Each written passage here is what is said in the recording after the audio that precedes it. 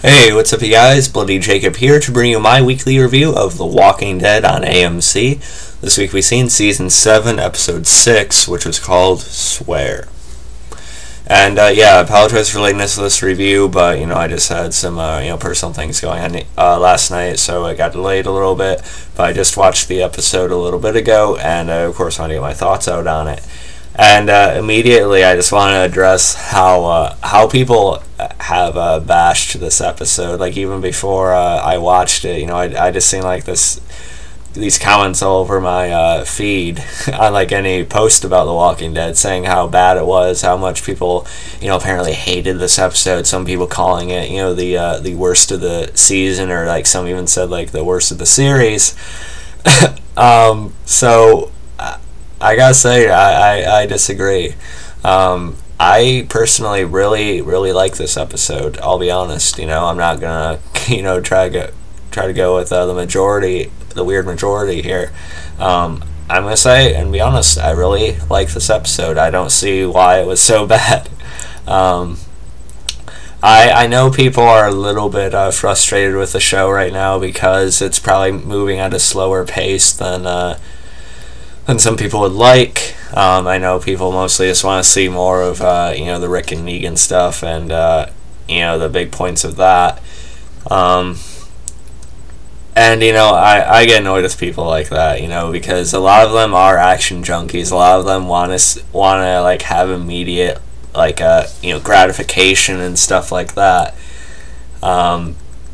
But there are people that just legitimately don't like what they're seeing right now, and that's a possibility too. I'm not going to say that they're all just craving action. Some people just aren't interested, I guess. But to call it things like the worst of the series, come on, it's not that bad.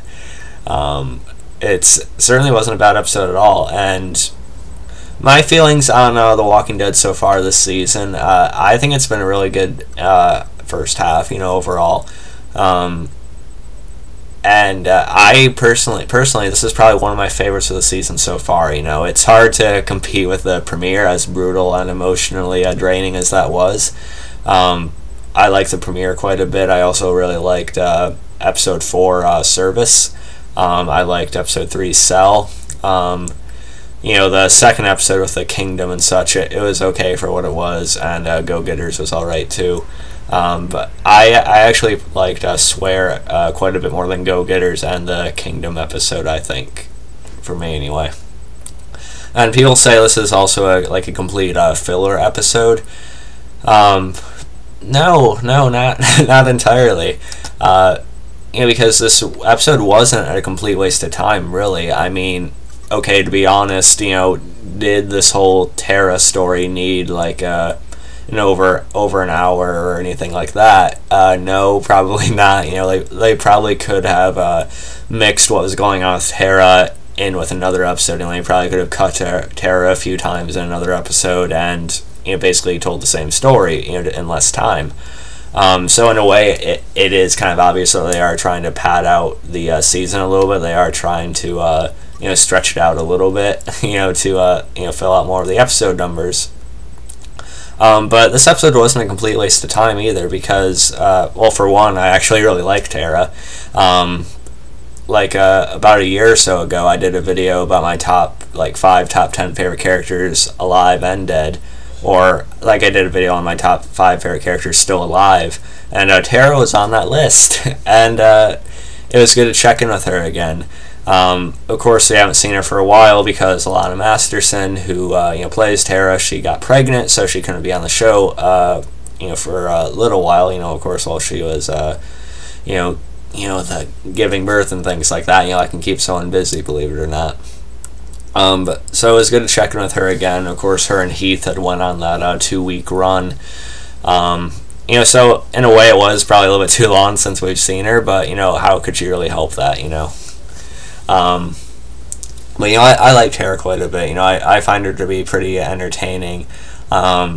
She brings, her personality is quite a bit different from any other survivor we have on the show right now, and especially with as grim as these times are, sometimes it's a bit of a relaxation to see someone still trying to hold on to that sort of part of herself. You know, you could also argue that Tara's joking and her lightness maybe like some sort of defense mechanism or something.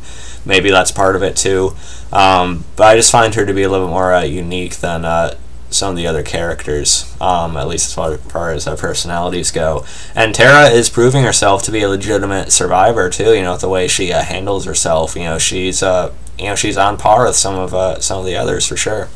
As far as her fighting skills go and such, and her shooting ability and different things like that. And to be honest, people are gonna kill me for saying this, but I probably like Tara more than Carol. You know, I probably like Tara more than Maggie. To be honest too, that's kind of a big thing to say. And while I really like Maggie and her attachment to Glenn and such, I just find Tara to be more individually interesting. And I just haven't bought into Carol or jumped on the bandwagon for her as much as other people, but I really like Tara, and like I said, although this episode probably could have been told in a much shorter amount of time, being a Tara fan, I didn't mind this extended look at her journey here, so I didn't really have an issue with it. And in a way, I get the other perspective of it too, because like I said, although they could have taken less time and basically told the same story they wanted to here. So although I didn't need that long of a look at what's going on here, still spending this much time with Tara, or like any character really, can make you feel a little bit more for him, just because we've seen him around a little bit more. And Tara's a character, she's not an invincible character, she's not like our Ricks, our Daryls, our Michonnes, where we know they're probably going to be around for quite a while longer. Tara is still definitely at risk, as far as character deaths go. So the fact that we got an episode just following her around, I think it gives us a chance to, feel for her a little bit more. So, yeah. I also like Tara more than Rosita, by the way. I do like Rosita, but, Tara, she's getting up there for me, But yeah, let's actually talk about, the story in the episode. Of course, Tara and Heath had went on that 2-week run. They had went out further than they had planned on, or further than they were supposed to. But as Tara says, they're at this point anyway. Of course, they don't know about everything that's happened with Negan and the Saviors yet. But she says they're not so much worried about food. They also need to find like ammunition as well as like a medicine and such. So they're just trying to do their part, and they think they still had some stuff to go off of, but little do they know what Negan's taking from them at this point. So Heath and Tara, they reach this bridge, and there's this like huge sand mound or something like that from a truck, and you see these bullet shells, or I'm not sure if they're just the shells or like actual bullets laying around, but maybe they could find, the other survivors could find this spot later, and Eugene could sort of use that to make his bullets like we see he's going to be doing at some point soon, with Rosita coming to him and asking him to do it. But this gets broken down, and the walkers, they get onto the bridge, or they emerge from the sand and such, so you get some different looking walkers there, and Heath and Tara get separated.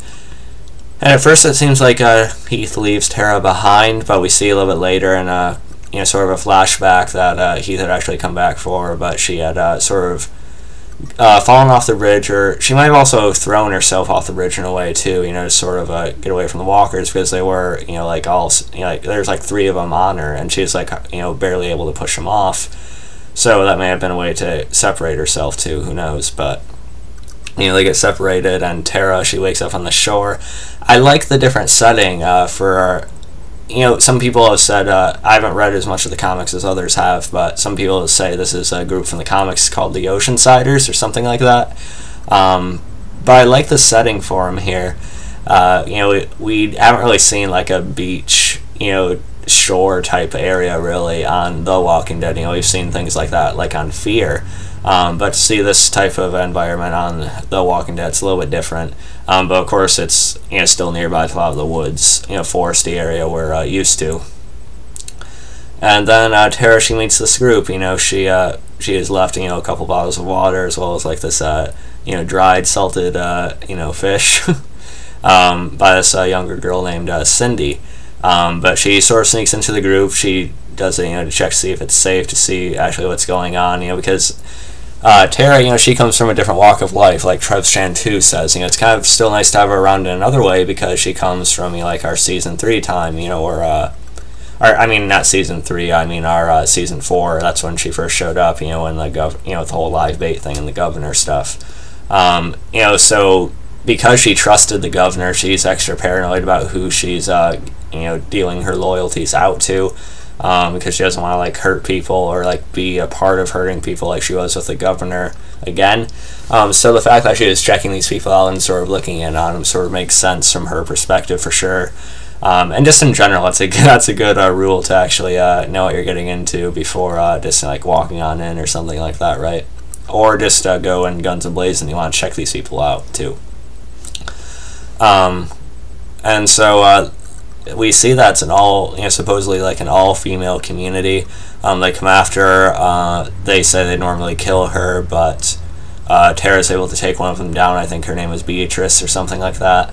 But Tara, of course, doesn't immediately kill her. She knocks her out with a shotgun, which is cool. Again, showing some of Tara's skills. She's kind of like on par with our Rositas and Maggie's as far as fighting goes, I think.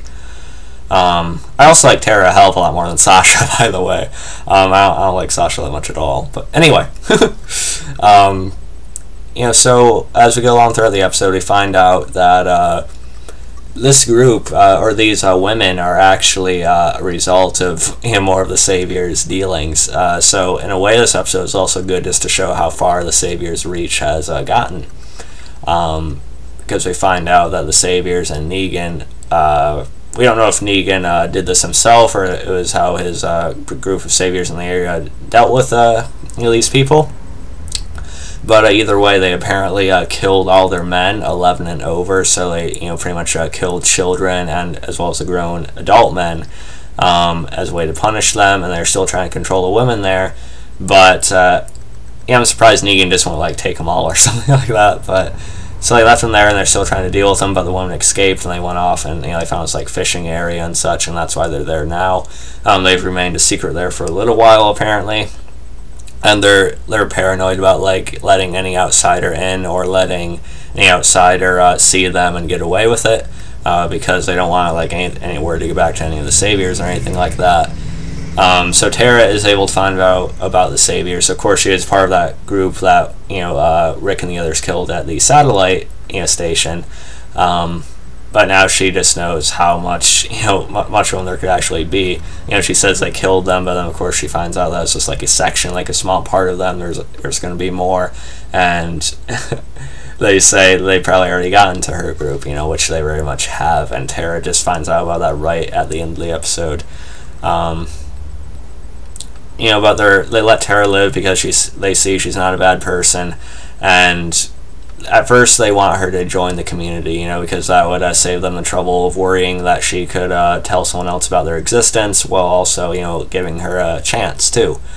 And they offer to go see if they can find Heath with her, her friend. But, it kind of turns out to be a bit of a setup. They're just going to execute her, just because of how worried they are about that. So Beatrice and another woman, take her out, and Tara realizes what's going on. She's able to evade them once again. And Cindy also helps out when Beatrice holds her at gunpoint again.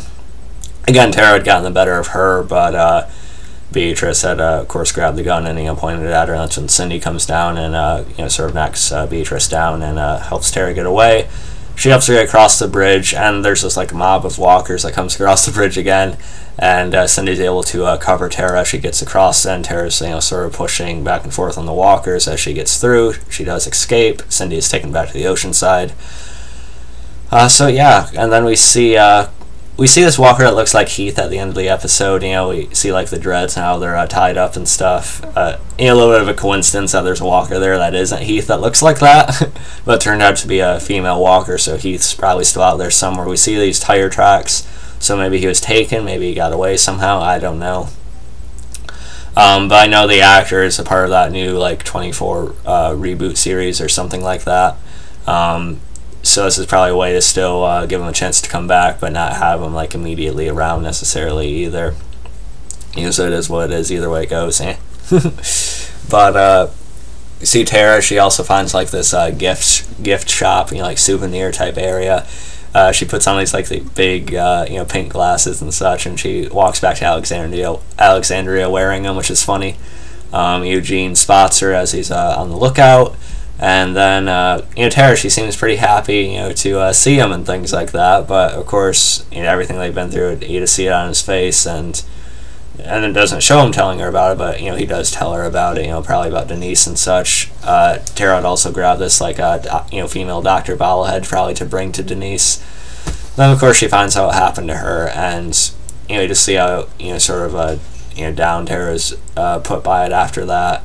Rosita asks her if there's like anything at all out there, but Cindy had made Tara promise that she would keep it a secret, and Tara does for now at least. But I think when she sees like the sheer desperation of how much she need help, I think Tara might like tell Rick at some point or something, maybe, I don't know, but I do think we're gonna see this group again somehow. But overall I really like this episode. I don't know why people had such a big fucking problem with it, really. I was entertained by Tara. I like her quite a bit. She feels more important now after getting this episode, so that's good. So if she is killed off at some point, I will feel it. I will be upset. Even though I like Tara already, this episode did even better job to continue building my likeness for her. And I just like her personality. She's bubbly, quirky. She's very cute. So I hope I feel bad about her and Denise. They were cute together in the brief moments they had. But I hope Tara's able to find someone else again somehow. I don't know. But some people call this filler. Some people hated this episode, but really, I think it was worth it spending time with Tara, and we did see just how far Negan's reach has gotten, so I didn't think it was a waste of time, although it probably could have been told mixed in with another episode, I think. But I still enjoyed it. I'm going to give this episode an 8.6, 8.7 out of 10. Let me know what you guys thought, and I'll catch you guys next time. I'm going to be reviewing Season 7 of Supernatural a little bit later, so be on the lookout for that. Follow me on Facebook, Twitter, like, subscribe, and I'll catch you guys next time. Peace.